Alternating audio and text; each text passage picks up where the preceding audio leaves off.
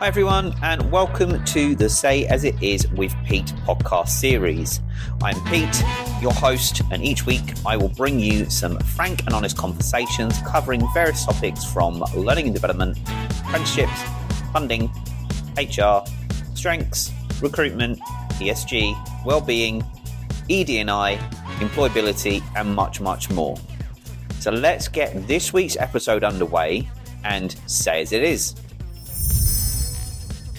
Howdy, and welcome to an episode of Say As It Is with Pete. And yes, it has been a while that I've done an episode, and apologies, I have been extremely busy dealing with some personal issues in my own personal life, and I have been dealing with that. So those that know, I've been doing quite a lot of that side, so I've had to take some personal time out, and work has been extremely busy also, so I have been quiet on LinkedIn. So altogether on social media I've been a little bit quiet, but never say the least, I'm back. And in this week's episode, as we carry on with season 3, it's time to pick up on some things. So there's lots of things coming. I'm going to be looking at things in regards to the recent updates on Ofsted, the ESFA, the levy with the new Labour Party, and how that is perceived to be looked at, and some interesting changes that are due to come.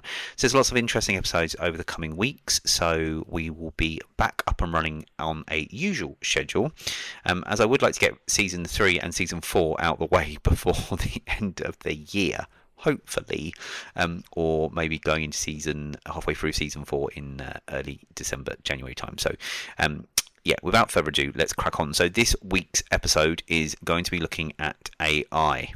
Yes, artificial intelligence. Now, I think I've touched on this before on a previous episode, but I want to touch on it again because, look, I see a lot of uptake on how AI is being used in the wonderful world of business, education, and various other formats in the different sectors and industries you work at. Now, believe it or not, people, AI has been around for a very long time. It's just more come to the forefront where AI is becoming a little bit more automative, and how we're using it a lot more, and how it's evolved a little bit. So AI is been in our phones for a long time. AI has been used in websites and technology for some time. So for example, it's always very clever when you're searching things, as it has all these AI algorithms. So all these algorithms are continuously learning about you. So as we all know, the Alexa sometimes doesn't listen to you and gives you recommendations on things you've said. Sometimes your phones are listening, believe it or not, because I remember having a conversation with our HR department about something, and then from that day, every other post or Instagram story that I saw referred to a certain word or topic. So yes, your phone's always learning about you, and that's why on an internet search it's always going to give you suggested recommendations based on your search, or suggested shopping history based on what you're looking at. Or if you've just spent more than 15 to 20 seconds on something, stopped and looked at something, it's going to think that you are interested in that, so it's going to keep recommending things. So there's things that I've looked at, for example, where I spent 10 seconds on an Instagram story that I was kind of caught my eye, and I was kind of watching thinking, oh, let me see what this says, and then like every other post is something relating to that. And I remember doing that on TikTok, and it annoyed me so much, because I watched one thing and then every other post was about that, and it drove me insane. So I stopped using TikTok, but obviously you use Instagram, and Instagram is kind of the same thing, so it keeps suggesting. But AI is always learning.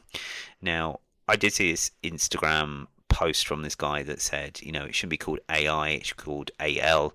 It's artificial learning, it's not intelligent, because I would agree, the term AI, artificial intelligence, throws up a conjure of different things, but I think AI should be called AL. So AL is actually learning. Now, if you look at things like ChatGPT and things, it's only up to date with the most current things. So there's a certain point where all the information is inputted. So it could be up till December 2023 or April 2024, for example, and that's as far as it's got on the available access to data and information it has from that date backwards. Now, some AIs are getting a little bit more clever, as in they are opening up and designing the AI to search current topics and websites to help it learn more and give you more accurate information.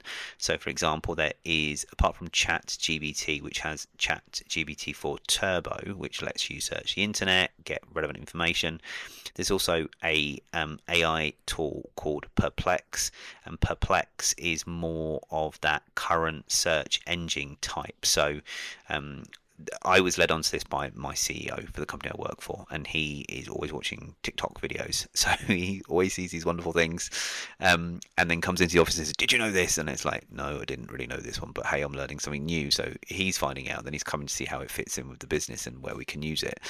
And there is that fear of people saying, "Yeah, but if you do that, you're replacing jobs." No, you're not.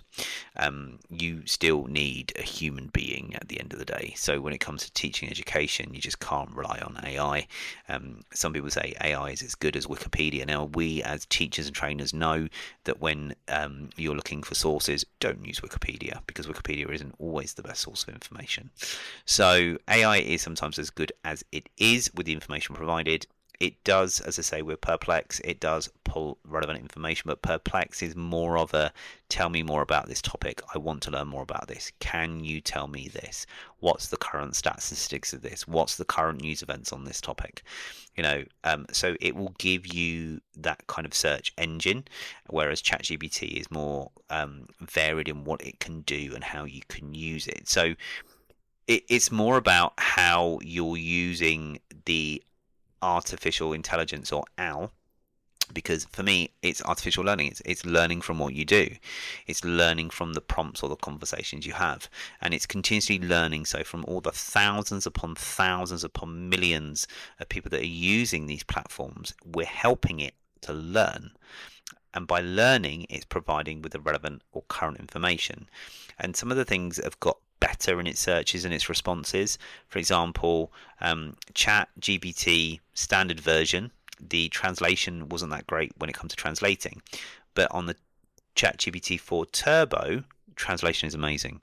Oh my god, it's amazing. I've run it through people in the office and they're like, okay, even when we've done the we talk to it and it talks back to us, it's amazing. But again, one thing that I would say with AI is that you've got to use it in the right way. Many people use it very simple as, oh, tell me this, tell me that. But if you want to make it really productive and really get some really good use out of it, it's the prompts that you use and how you put the prompt in. And the prompt, or also known as the instruction, is you telling the AI what you want. So for example, you could say, I am a teacher of a classroom that teaches 12 to 14-year-olds in the UK. We're currently looking at biology. Please could you give me more information on how I can create a fun and interactive but also engaging and challenging session for my class for the age groups provided, making each lesson relevant to the age groups that I'm delivering to. Could you also include any quizzes, activities, icebreakers, anything that you feel is relevant? Can you help with that? Hit enter and it will give you a plethora of answers and a plethora of stuff. And if there's one activity you really like, you might say to it, using the activity bum bum bum, please could you create this for me with a marking or grading system? And it creates it. And I'm not going to lie, I've used Chat AI for several years now, and it's helped a lot, but I'm still using it as a kind of assistant. So for me, AI is more of an assistant rather than a replacement. So, and I think that's the key thing, is how I'm using it to, give me some foundation to some things, where I might have an idea and I might throw it in there and say, I have this idea, what do you think? And I can have that conversation with it and bounce my ideas off, because some people don't get me. There's only one or two people that really get me, and I really have to bounce my ideas off people.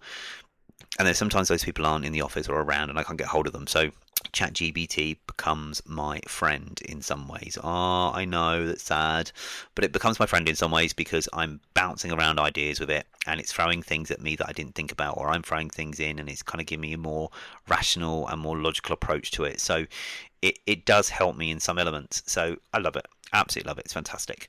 And it helps me create responses to emails in a polite manner. So if I keep getting emailed by someone for a sales thing, I can copy in the email and say, I've received this response, but I don't want to be involved in it. Can you give a short but blunt response that's assertive and informs the person that I'm no longer interested without being rude? Throws back an answer, I can copy that and paste it into an email and send it.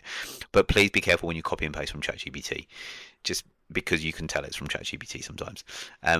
So yeah, ChatGPT is a friend, and it should be used as a friend and a support mechanism because it gives you that information you need and can help you set foundations. But obviously, it's restricted in some areas. Now, there's different AIs for different things. So there is a HR advisory AI or chat AI that is based fundamentally on HR. But again, that's still in beta testing. It's still learning. It does provide some really interesting information, which is clear and accurate. I give you that. It's not there just yet, but it's still learning. And this is the thing. For example, I asked it about a case law in relation to employment history, to employment law, and it wasn't able to give me any case law history because it's not got any to work on or to reference, for example. But it's still in the early stages, so it's still learning at the moment. So although it's good, you know, they're still using your brain and your knowledge and your skills and your behaviours that you know in a world of HR. And I'm glad I know my HR because and I know where I can pull upon the experts if I'm not sure, just to make sure that I'm on the right lines and I'm not putting myself in any awkward situations or putting the company that I work for into any unnecessary predicaments, as we should say.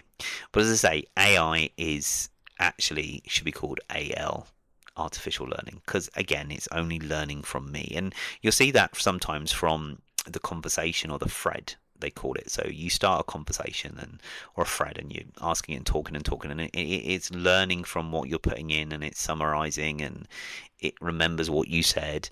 So it's always good. So, and it's getting that right prompt or instruction to help you what you want.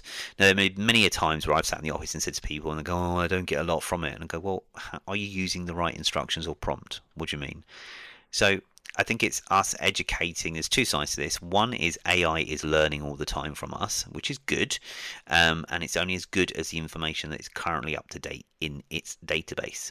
And secondly, we're learning from AI because we are learning how to use AI effectively and correctly to make it more functional and efficient and productive for us. Now, AI is not going to replace everything. You know, it's there as a learning tool and it can learn from things. So for example, somebody mentioned about, what about if you create your own right to work AI bot or chatbot where you can upload an ID and it can tell you whether it's false or fake or whether it's, you know, it's right or okay to use. Now that's great, and you can create one, but you need thousands upon thousands of different types of ID that are current, that are past and current, and also relevant. But also you need fake versions as well. You need to tell it what you're looking for. You need lots of it, and you need thousands upon thousands upon thousands and hundreds of IDs, good and fake, for it to learn from it, to then be able to tell you whether that document that you are then using to upload or use as a right to work document is actually fake or real. So as I say, for example, if you try and create that with AI, it is going to take a lot for it to learn whether that document is right or not. And it's learning. As I said, this is a learning tool.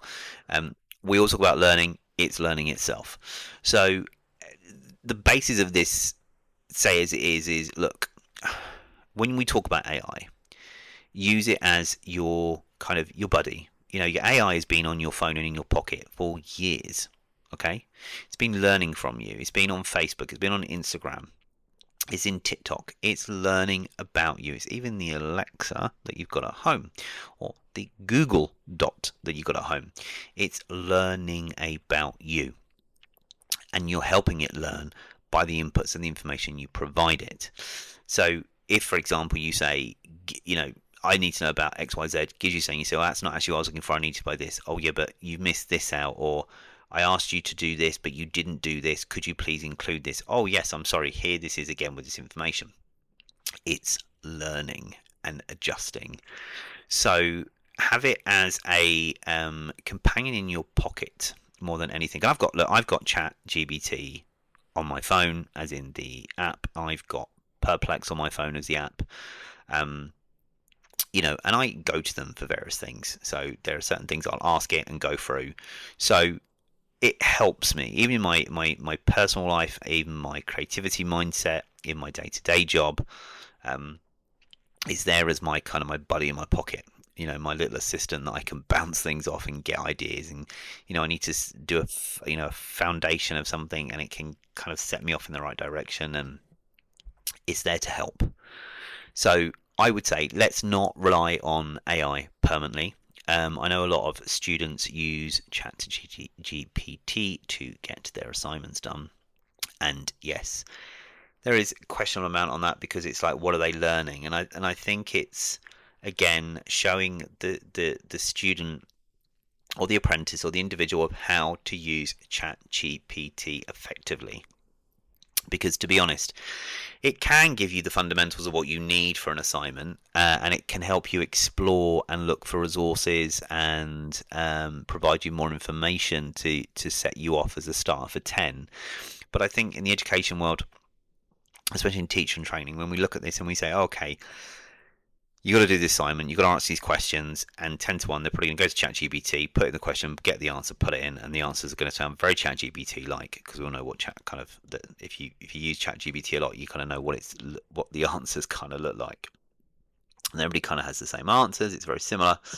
So I think we need to do an education piece around how to use ChatGPT in teaching and education, and how we can teach those that are potentially going to use it in a productive and functional way that is not going to be a negative impact on their coursework, their assignments, but it's going to enhance their learning and support with their learning, to make their learning a little bit quicker, to resource and find that information, and help rewrite or structure their response. So for example, you could get them to write their assignment, get them to upload their assignment into ChatGPT, and say, "This is my assignment for this, and I'm currently working on for my course, on my apprenticeship." So, for example, you could say, "I've written this documentation or this assignment for conflict management for my level 3 apprenticeship in team leader supervisor. Could you check this for me and highlight anything that I may have missed?" That could help me enhance my assignment.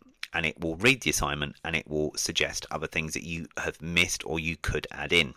You could say to it as well, have I included enough theories and models? And if not, could you suggest a few that I could use? There we are. And where could I put these within the assignment? You can also ask it to check the assignment for any spelling errors, etc., and then provide you the correct version with those changes. Example where there's the spelling, punctuation, and grammar has been checked, and it will give you the document again, but it will give you the text with all spelling mistakes, punctuation, and grammar all corrected for you. So someone with dyslexia or something, that could be very helpful for. But I think also it's key to remember that when people are using it, we need to teach them how to use it. So I do think there is that education piece. We just can't say to people, you can't use AI for your learning. Oh, you can. But as teachers, trainers, and educators and practitioners, we should be showing them how to use it in the right way. So many people say to me, oh, AI is not good for teaching and education. Oh, it is, but let's do it the right way. It's not great for work because, it speeds up your productivity. Your boss is going to think that you're doing nothing all day, so they'll cut your hours, whatever. No, it doesn't. Using ChatGPT, using Perplexity, even using Scribe. So, for example, I come across a new AI platform called Scribe. So, Scribe is fantastic in that it lets me carry out a how-to guide, but an easier way. So I can capture what I'm doing, and it will take screenshots of all the errors I'm clicking and stuff, and it will, theoretically write the how-to for me. But I still need to go back and adjust it and make the amendments and add another image or zoom in, and so I still need to make amendments to the document. But it means that I can do that. So, for example, I recently did that for someone in regards to downloading XML files from Opera to then upload into one of our systems. So we did the Scribe version where it captured how to pull a report, for example, and then how we save that XML file, and then how we upload that XML file, which has been a godsend, because by doing it still took a few hours to put the final bits together, add a couple of extra screenshots that were missed, read it correctly, make sure that it flowed right.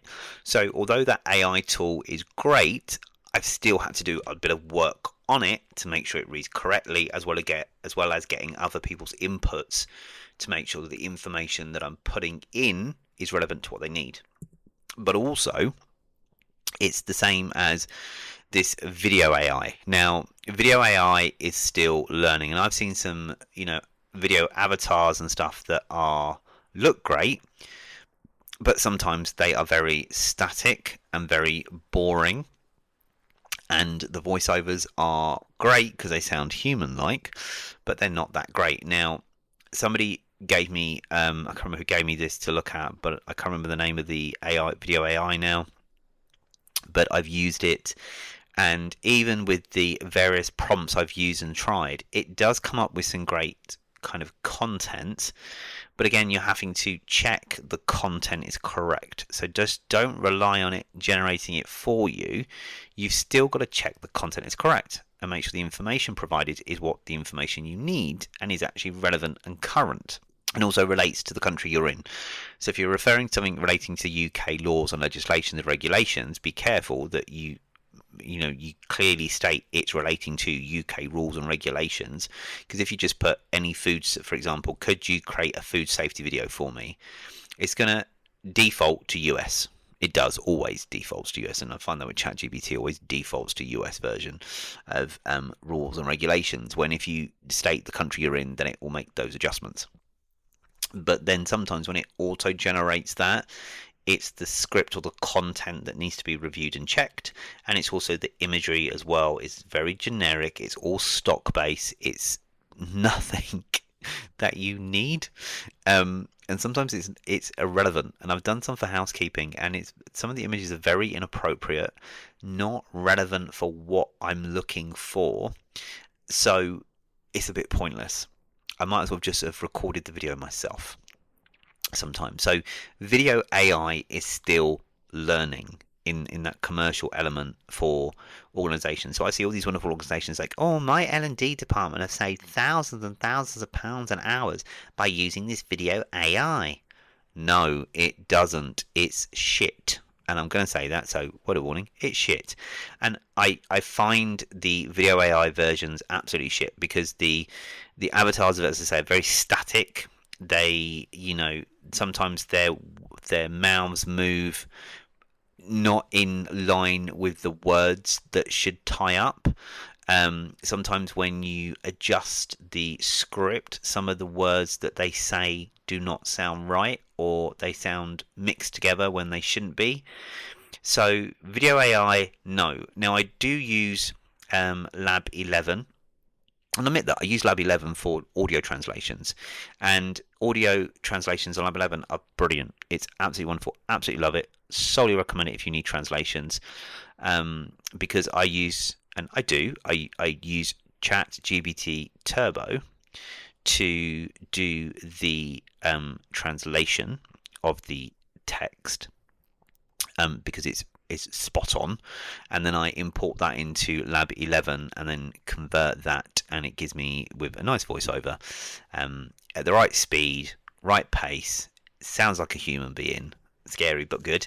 And I use that for audio recordings. So for me, AI's got some good things, it's got some bad things. Video AI, it's got to improve. It's got to improve big time before I start using it. I'll stick to my iPhone 15 Pro Max and record my videos from that, thank you very much, and do my voiceovers as I would, or use the audio translation from ChatGPT, Perplex, and also as I say, Scribe. So there are some that I use, and you probably think I'm plugging these, but I'm not. But these are the tools I use.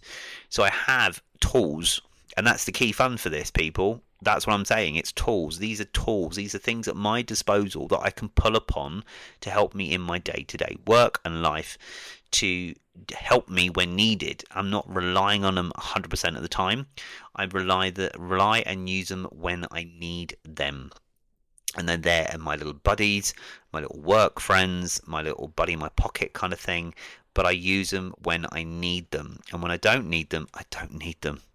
So I think from this episode on using AI, I think it's a couple of things to take away from this as I begin to wrap up. Is one, AI is not going to take over the world. AI is not going to take all our jobs. It's going to be years before it even does that. But AI should be called L. Artificial learning. It's still learning from what we're doing with it. It's still learning all the information that we're putting into it and what we give it. So don't worry, it's not going to take over the human race. It's just there because we're teaching it to learn and teaching it to help us. And it does. In terms of education and schooling, especially for apprenticeships and unis and those kind of things when it comes to teaching education, I think we as teachers, trainers and professionals and practitioners need to do an education piece on how to use these AI tools effectively to support in the world of teaching and learning, and how it's going to support people to enhance and check their work, but also help those that suffer with dyslexia, dyscalculia and things like that. Because I think it's key that those tools are there for them to know how to use. So they can talk to the AI, it's going to talk back, and it still keeps a kind of a thread or a chat history of what was said. So they've still got it there. It's going to help them spell check and put together a real structured piece of work. But again, we need to do something as teachers, trainers, educationists and practitioners around how students and individuals should use that effectively in the world of education. And then finally is just use AI as a friend in your pocket, your work buddy. Use it as a tool to support you in day-to-day life. It's already on our phones. It's been on our phones for years. As I say, it learns from what we do on TikTok to Facebook to Google. It's artificial learning. So it's always learning about you regardless. It's been learning about you for years. So why panic now? Because it's been doing it for years and years and years. And as we go through millennials and Gen Z, and we go through Gen Alpha and Gen X and everything else, these are the generations that AI has been around for and that it's learning from. So yes, it's learning, but it's learning to make our lives a little bit more easier. It's only as good as the information we've provided it anyway.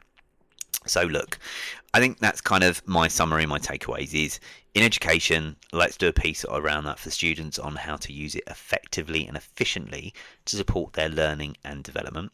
Let's put it in the real world for the wonderful world of corporate and learn how to use it effectively and efficiently. And yes, as I say, there are AI ones out there for certain sectors. As I said, there is that HR advisory AI one. It's still in beta version. It's still learning. It's not as good as it should be, but it will only get better with the information we provide it.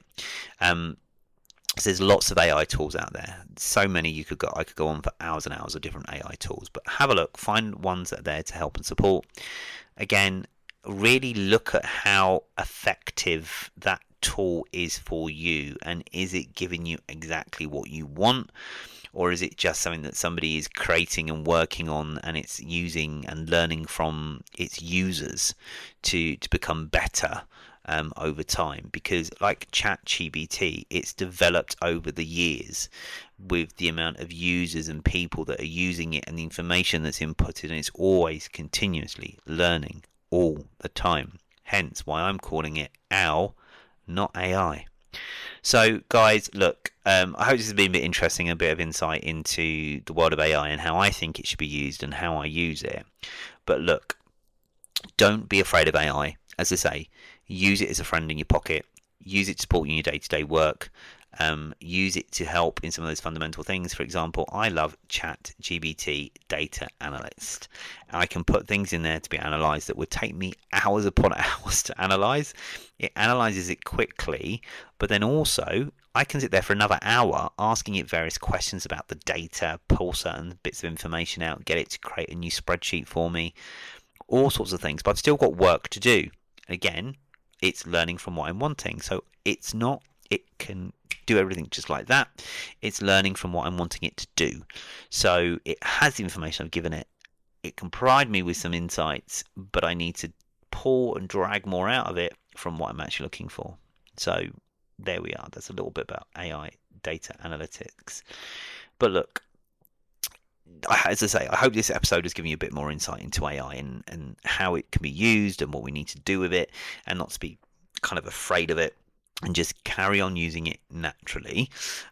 It's not going to replace everybody's jobs. Trust me, it's not, because the machines are only as good as the users. We all know that. So look, guys, thank you for listening to this episode. And I know it's been a while since I have done an episode. So yes, we are now back. So this week's obviously been about AI. Next week, I'm going to delve into a little bit about Ofsted and how that's now changing. And how does that look on the landscape for not only the education sector, but for FE and apprenticeships as well? As we all know, Ofsted plays a big role in that, especially in training providers' funding, especially when they get graded a 3 or a 4. Now, guys, again, thank you for listening to this week's episode. Please do go back and listen to previous episodes of Say As It Is with Pete. They are easily accessible on Apple Podcasts, Samsung, Amazon Music, Google, wherever you get your podcasts from, rss.com. They're on Spotify. So wherever you get your episodes from, thank you very much. Keep listening, keep liking, keep sharing. And if you feel that anyone could benefit from listening about this AI, then please do forward it and share it on. But guys, thank you again for listening to and tuning into another episode of Say It Is with Pete. I have been your host, Pete, and I will see you on next week's episode.